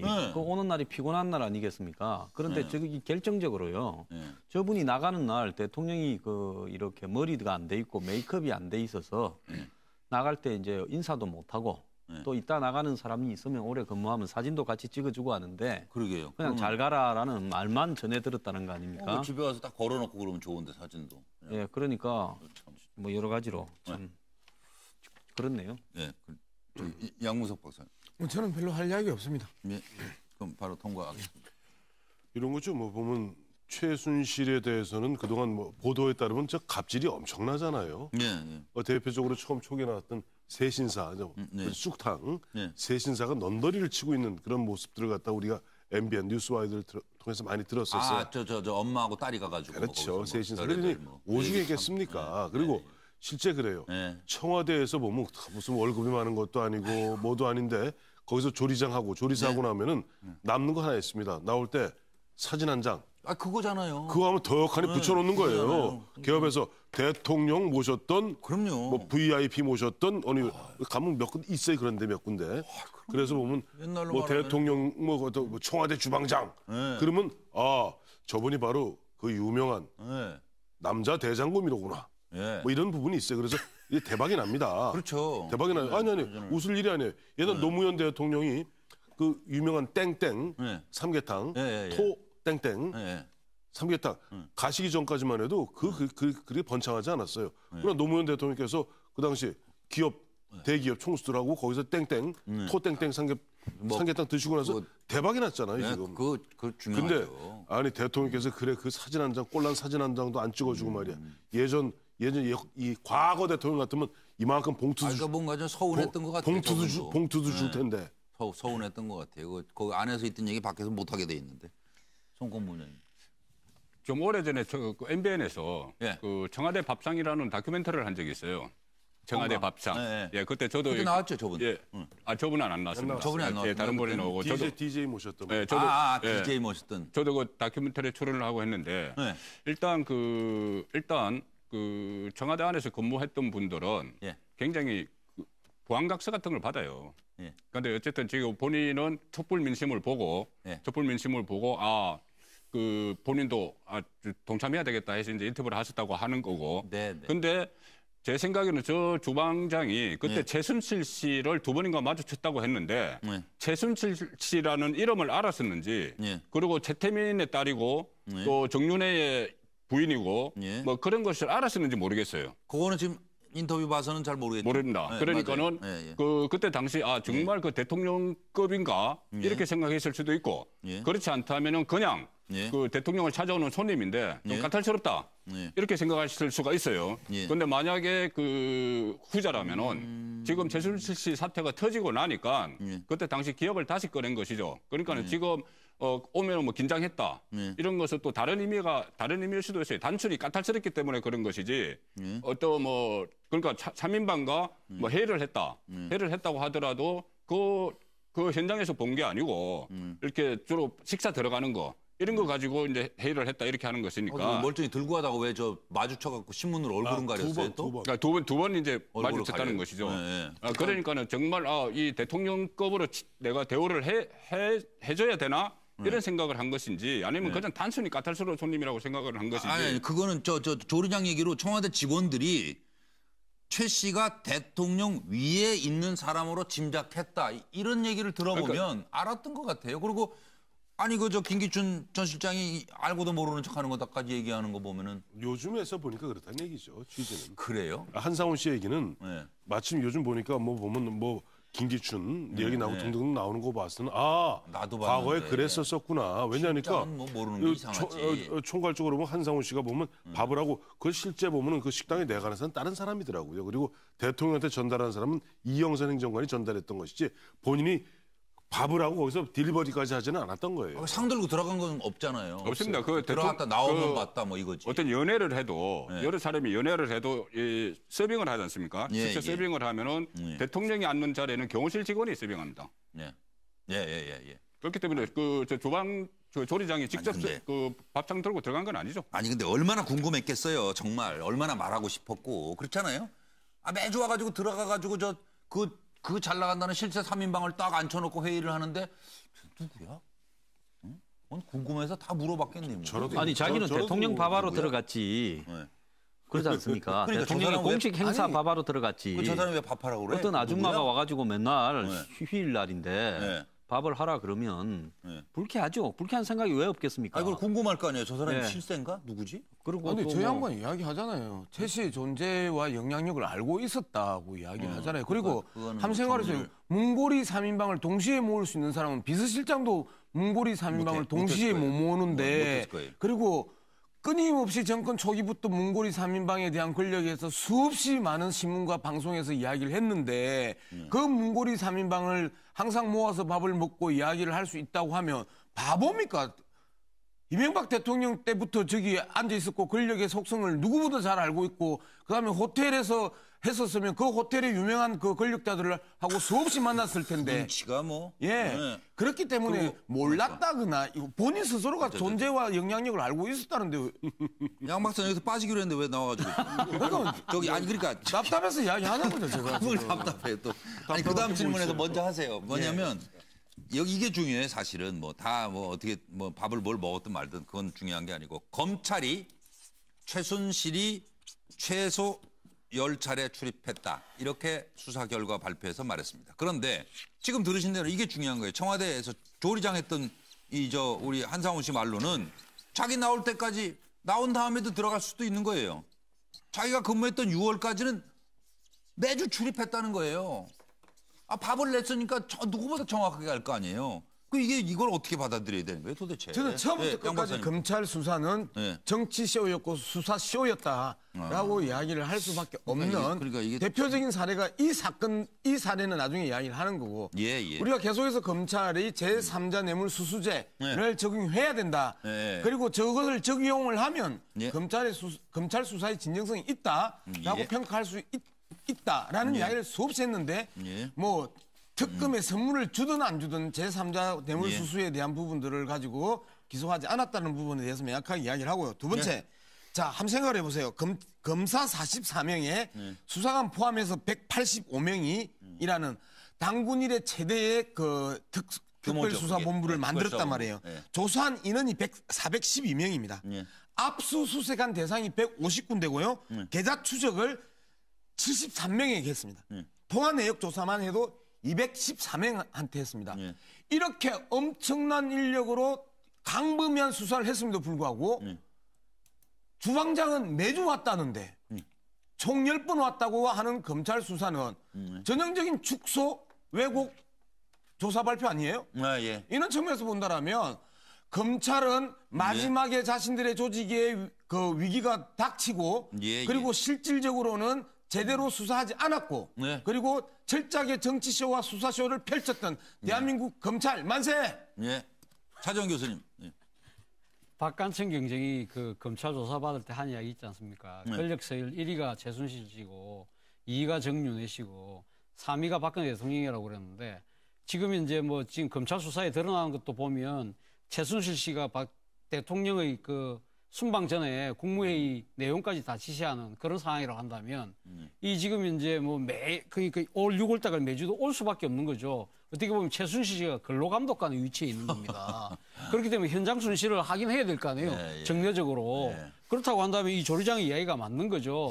그런데 아마 검찰은 이 근로감독관이 정확하게 하는 일을 행태를 잘 몰랐던 것 같아요.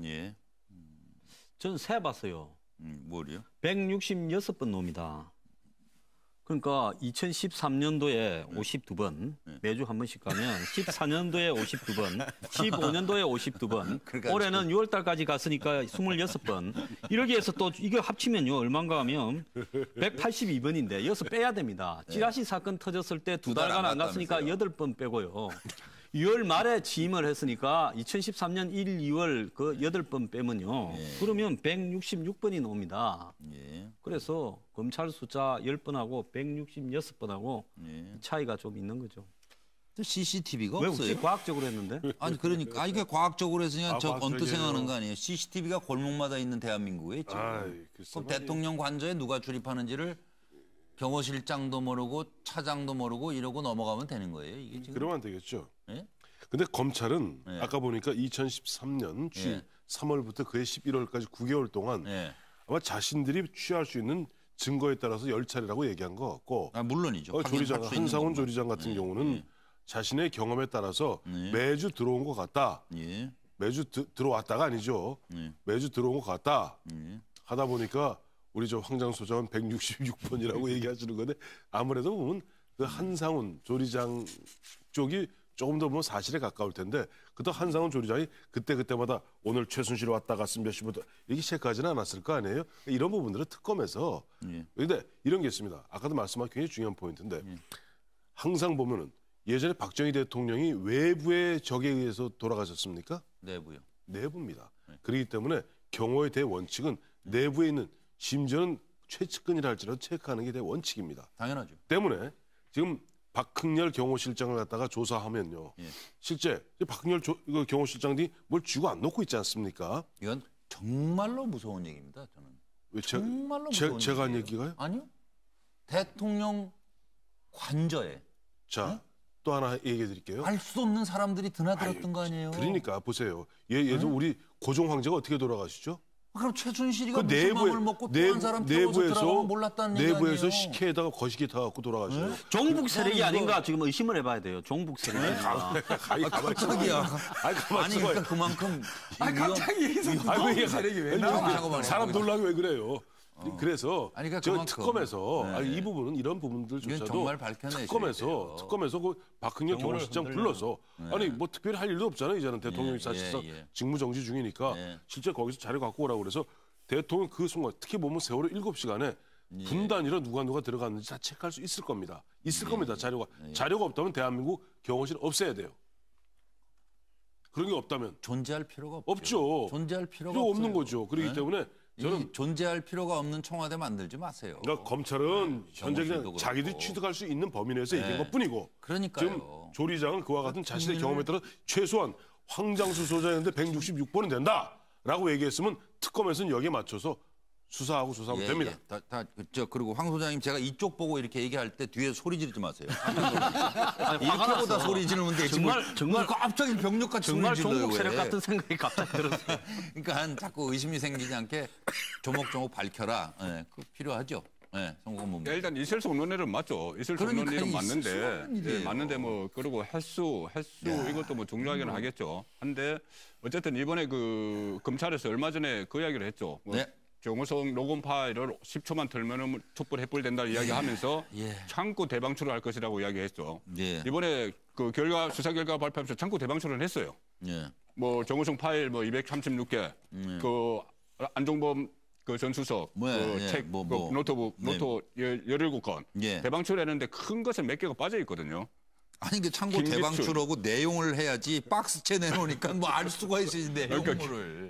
김기춘, 우병우 이 두 거물에 대해서는 특검으로 넘겨버렸죠. 그러니까 손도 안 댔잖아요. 그런 거 또 지금 일부분도 지금 쭉 말씀하셨지만은 그 조리장과 이 검찰 수사 결과 발표가 다르니까 다시 새로운 의혹이 되는 거죠. 그러니까 이건 다 특검의 몫으로 넘어가겠어요.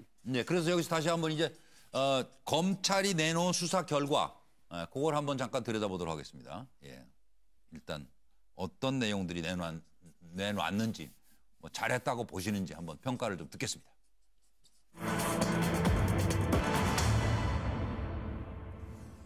최순실과 정호성이가 2년간 통화 895번, 문자는 1197번을 주고받았다는데 2년간의 통화, 이건 뭐 집에도 이렇게 자주는 통화 안 할 텐데 이게 말하는 건 뭘까요? 네. 최순실 씨는 과거 제가 어려움을 겪을 때 도와준 인연으로 지난 대선 때 주로 연설이나 홍보 등의 분야에서 저의 선거 운동이 국민들에게 어떻게 전달되는지에 대해 개인적인 의견이나 소감을 전달해주는 역할을 하였습니다. 취임 후에도 일정 기간 동안은 일부 자료들에 대해 의견을 들은 적도 있으나 청와대의 보좌 체계가 완비된 이후에는 그만두었습니다.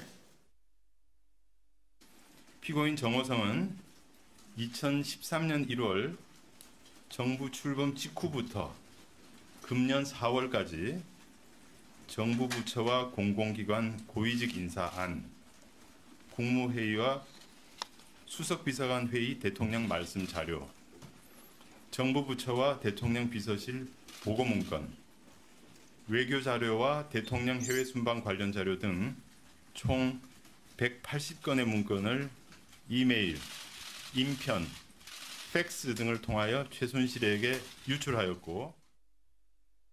네, 이걸 좀 간단히 좀 짚어주셨으면 좋겠어요. 검찰 창고 대방출로 드러난 박근혜 정부 4년 68일 걸렸습니다. 검찰 수사는 종료됐고 자료는 특검에 넘어갔습니다. 놀러 다닌다고 하니까 순방 전에 대수비 수석비서관 회의를 좀 열고 하는 게 어때? 그러니까 네, 최 선생님 바로 엽니다. 정호성, 최순실 2년간 통화 895회, 문자 1197회. 최순실 2013년 3월에서 11월까지 청와대 행정관 차량 이용해서 10여 차례 출입했다. 태블릿 PC 최순실의 것이다. 그리고 취임 전 박 대통령, 최순실, 정호성 3자 대화 녹음 파일 11개, 5시간여 분량이 확보돼 있다. 그러니까 하루에 통화를 1.3회 하고 문자를 1.7회 하고 비서관이. 그러면 누가 진짜 대통령이었는 건가? 이런 의심이 생기는 거죠. 그래서 이게 뭘 말한다고 보시는지 그야말로 간단하게 그냥. 저 그림 네 번째 그림이요. 예. 이거요? 예. 이거... 거기서 이야기했잖아요. 예. 가운데 누가 앉아 있어요? 이건 저희가 회의를 주재하는 사람이 지금 최순실이잖아요. MBN에서 정리했네. 아니요, 이거는 그 지금 그 그림이 카메라 각도에 따라 다르죠. 여기가 상석이잖아요. 대통령 앉으신 데가. 왜 그러세요? 이렇게. 책상을 갖다가 길이가 직사각형이잖아요. 정사각형이 아니고. 그러면 뭐 최순실이 회의를 주재하네, 세 사람끼리. 뭐 저는 이상입니다. 별 중요하지도 않은 걸 가지고. 지금 그거 물어봤잖아요. 누가 진짜 대통령이나 해서 회의를 주재하는 사람이 대통령이지. 저희 그냥 사파 그려주는 분이 이렇게 그린 그냥. 그러니까 사파 그리는 없는데. 분이 정확하게 정치적 감각이 뛰어난 거죠. 정치 평론을 하셔야 되는데 지금 사파 그리고 있어서 차명진 의원이 그렸나? 그런 생각도 해봅니다. 우리 양 의원님 그 말씀의 그 연장선상에서 이야기를 하면 저는 진짜 이 정호성 비서관과 최순실 씨가 소통이 다름이 아닌가 하는 생각입니다. 사실 뭐 모든 국정을 자주의지하고 주무르는데 어떻게 지금 이 정도 1통화 1.3회, 문자 1.7회로 국정을 다 농단할 수 있나요? 저는 뭐 박근혜 대통령이 항상 이 많이 받는 비판 중에 하나가 불통이라고 그러는데 이 두 사람은 아마 소통이 다름인 것 같아요. 그만큼만 해갖고도 충분히 다 통했다니까. 그러니까 그렇게 나라가, 본다고 한다면 결국 보이는 게 전부가 아니라는 거죠. 저는 더 있을 거다. 그거 보는 거죠. 제작진에서 그렇게 비꼬지 말라고 이야기를 계속하고 있는데 그렇게 소통을 다루려면 비꼬는 거죠, 저게. 정당한 지적이지. 그렇습니까? 뭐 있을 거다. 저렇게 이야기. 저는 이렇게 봅니다. 지금 저 두 사람 사이에 플러스 알파가 있을 거라고 봅니다. 이게 과연 다겠는가? 폰은 더 없겠는가? 그다음에 메일로 보내거나 이런 이 디지털 파일로 보낸 게 없겠는가? 심지어 뭐 고영태가 그랬나 누가 그랬지 않습니까? 이 하드 카피로 종이로 된 30cm 두께에 그걸로 자기들끼리 회의도 했다. 그건 지금 어디 갔습니까? 그 얘기가 쑥 들어갔어요. 그다음에 안봉근의하고 이재만이는 그러면 이 최순실과는 통화를 안 했을까요? 저 최순실이 이야기를 했을 거 아닙니까? 내 어디 있는데 빨리 아들 보내라. 태아 가게 호텔에 있다. 그럼 와서 또 차가 와서 데리고 들어갈 거 아닙니까? 안봉근 비서관도 왔다 갔다 했다는 거죠. 그런 통화들은 다 어디 갔을까요? 그렇기 때문에요. 검찰이 지금 한 부분은 최소한의 저절로 놓은 걸 갖고 그 안에 들어있는 것만 했을 뿐이다. 저는 그렇게 봅니다. 근데 억울하실 게 없는 게 안봉근과 이재만은 아마 저런 녹음을 안 남겨놨던 모양입니다. 그렇게 넘어가시고. 그렇죠. 그리고 저는 처음에 봤어요. 이 두 사람 사귀나 네. 이런 생각도 했는데 그게 아니라 역시 박근혜 대통령과 최순실 사이에 연락병이었다. 연락병이었다. 충실한 연락병이었다. 충실한 네. 연락병이었고 네. 기록 남겼다가 자기 올감에 자기가 잡힌 정호성이고 앞서 말씀드린 바와 같이 이재만 비서관과 안봉근 비서관 입장은 배가 좀 아팠겠다. 그러다 보니까 세 사람이 밥을 따로 먹었다는 것이 한상훈 조리장의 증언 아니에요? 그러니까 은근히 배가 좀 아팠겠다 하는 생각이 드네요. 그렇죠. 박근혜 대통령 권력 가까이 가면 그렇죠. 예. 초기에는 이제 박근혜 대통령이 그 정호성 비서관에게 어떤 행사 일정 같은 거 그 최 선생님 콤폰 받으셨어요 이렇게 물어봤다고 그랬지 않습니까? 그러니까는 그때는 그랬는데 이것이 처음에 계속 하다 보니까 저 정도 하루에 문자와 그 통화가 하루에 3통 다 합하면 하루 평균 3통 정도 할 정도 되면은 이것이 일상화돼 버린 것이죠. 그러니까 대통령의 어떤 특별한 또 정호성 비서관한테 그 지시가 없어도 정호성 비서관은 당연히 이렇게 해야 되는구나 생각하고 그 최순실 씨의 의견을 물어보는 그런 구도가 돼버렸던 것 같아요. 그리고 이제 한두 가지 뭐 더 저희가 더 좀 조금 의문이 생기고 챙겨봐야 될 것이 대통령께서 왜 차은택, 고영태를 그렇게 챙겼는가? 예.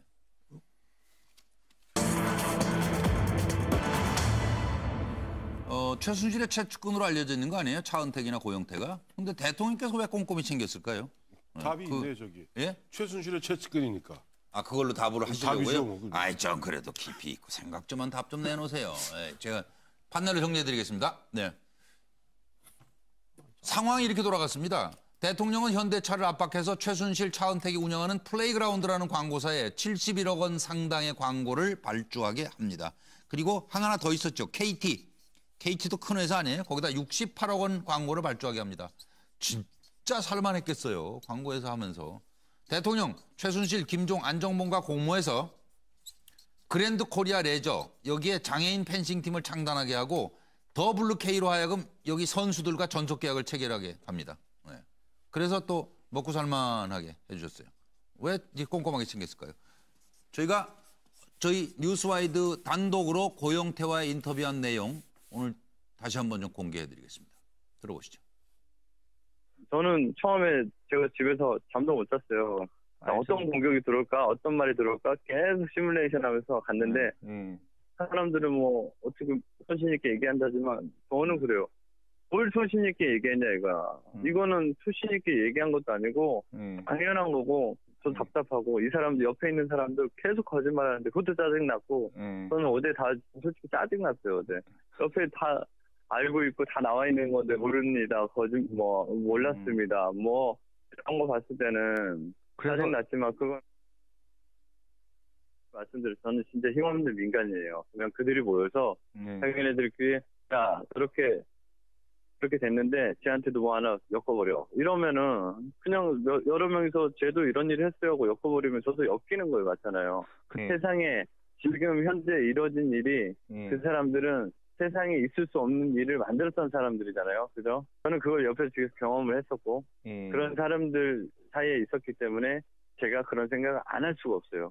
다른 분들은 모르기 때문에 에이 설마 그러겠어. 설마를 현실로 만드는 사람들이었기 때문에 무슨 말인지 알겠죠. 그래서 제가 조금이라도 정보를 노출을 안 시키려고 하는 거예요. 어쨌든 처벌을 받든 안 받든 저는 빨리 이 사태가 이게 세상에 알려지고 빨리 이 사람들이 다 풍지박살이 났으면 좋겠고 더 이상 이런 일이 생기지 않았으면 좋겠다는 심정에 제가 제보를 하려고 했고 알리려고 했고 그 안에 숨어서 그들을 속여가면서 진짜 신복인 마냥 있으면서 욕도 먹어가면서 그 일을 수행도 하고 그렇게 했단 말이에요. 그래야지 제가 모든 정보를 더 자료를 더 뺄 수가 있으니까. 그걸 2년 동안 작업을 했던 사람인데 어떤 모욕을 당하면서도 거기서 그 자료 때문에 버텼는지 결국은 그게 정보 유출자로 알려져서 저는 정확하게 잘렸지만 뭐 청문회 나가서 얘기하고 저희 제작진하고 또 전화 통화를 하면서 뭐 여러 얘기들이 좀 쏟아났습니다만은 송건보 부장님부터. 예, 대통령이 주변에 믿고 의지할 만한 사람이 너무 극히 제한되다 보니까 특히 최순실 씨 같은 경우는 그 최순실 씨 일이라면은 내일처럼 발벗고 나서는 그런 것도 있었고 뭐 최순실 씨가 아끼는 사람이다 내 사람이다 그러면 그것이 곧 그 대통령의 사람이 돼버린 그런 구도가 있는데 저는 뭐 이렇게 어떤 광고를 몰아주기나 인사청탁이나 이런 것도 그 기업체 인사청탁 이런 것도 문제지만은 가장 큰 문제는 그 고영태 씨가 그 경기춘 비서실장 당시 비서실장을 안 이후에 불과 몇 달 사이에 문광부 장관 그 청와대 교육문화수석 또 한국콘텐츠진흥원장 이것을 일제히 소개를 했는데 바로 그대로 차은택이가요? 예, 차은택 씨가 바로 그대로 그 임명이 됐다는 것이 얼마나 그동안 허술했고 인사 시스템이 허술했고 또 뭐 사실 지금을 소개시켜준 차은택 씨가 그렇게 장관 인사에까지 관여할 만한 어떤 식견이 있다든가 그런 거 아니지 않습니까? 대한민국 이런 자들에 대해서 놀아놨다는 게 기가 막히죠. 예, 그 말씀을 하고 싶은 겁니다. 저는 이번 사태를 보면서 한 가지 이렇게 역으로 이제 생각해 보면 최순실이 생각보다 인맥이 넓지 않아요. 네, 그건 맞아요. 생각보다. 왜냐하니까 여러 사람들이 나온 것 같습니다만 대통령한테 부탁한 사람 딱 2사람이에요. 그리고 만나는 사람들이 제한될 수밖에 없는 저 사회생활이잖아요. 뭘 한 게 있어요? 차은택이하고 그러니까 대통령이 보면 탄핵 소추안 거기 보면 대통령이 챙긴 사람은 최순실을 통해서 최순실의 부탁을 받아 챙긴 고영태와 차은택밖에 없어요. 그러니까요. 거기서 또 차은택이 소개한 사람은 뭐 나머지 여기서 또 가지를 또 쳐나가는 것뿐이고 그러다 보니까 아마 고영태와 차은택에 대해서는 아마 최순실이 각별한 어떤 신뢰를 갖고 박근혜 대통령한테 이 사람들 믿을 만한 사람입니다. 라고 어떻게 보면 이 사람 챙겨주십시오 하고 부탁을 했던 것 같고 그러다 보니까 아까 말씀드린 대로 최순실의 최측근이니까 박 대통령이 챙긴 건 아니겠는가라고 봅니다. 이렇게 사람... 저는 박 대통령이 최순실과 자신은 모든 것을 나누는 사이다 이런 생각을 하고 있다고 봅니다. 뭐 의, 식, 주. 주도 뭐 보면 달성에 출마했을 때 같이도 살고 그 가족들하고 그 다음에 또 아플 때 또 뭐 불편할 때 또 언니 집에도 가고 또 무엇보다도 재정도 사실은 좀 나눴다고 봅니다. 왜냐하면 최태민이 옛날에 박 대통령을 팔아서 70년대에 거두었던 돈 그리고 또 유경재단에서 또 이렇게 했던 부분 그러니까 한마디로 모든 것이 니께 내게 없는 이런 상황까지 좀 가 있는 게 아닌가 저는 그렇게 보고 있습니다. 그러니까 저렇게 했다. 최근에 청와대 고위 관계자를 만난 전직 의원한테 들은 이야기인데요. 지금 이제 이런 그 대통령이 이런 최순실 주변의 민원을 들어준 부분에 대해서 이런 이야기를 한다고 그럽니다. 아니 당신들은 국회의원 할 때 민원 해결 안 해줬어? 그런 이야기를 한다는 거죠. 그래서 그분이 저한테 하신 이야기가 청와대 인식이 깜짝 놀랐다는 겁니다. 아직도 저는 뭐 그 말이 진짜 뭐 그게 답이네. 답이네. 저 양 박사는 일심동체 뭐 지금 그 황 소장하고 좀 비슷한 생각을 갖고 있는데 나는 일심동체라고 봅니다. 그래서 머리는 최순실, 몸은 박근혜 이렇게 일심동체로 갔기 때문에 계속해서 사적 이익을 취하지 않았다라는 이야기가 어떻게 보면 가정스럽게 자꾸 들리는 이유가 그런 부분이거든요.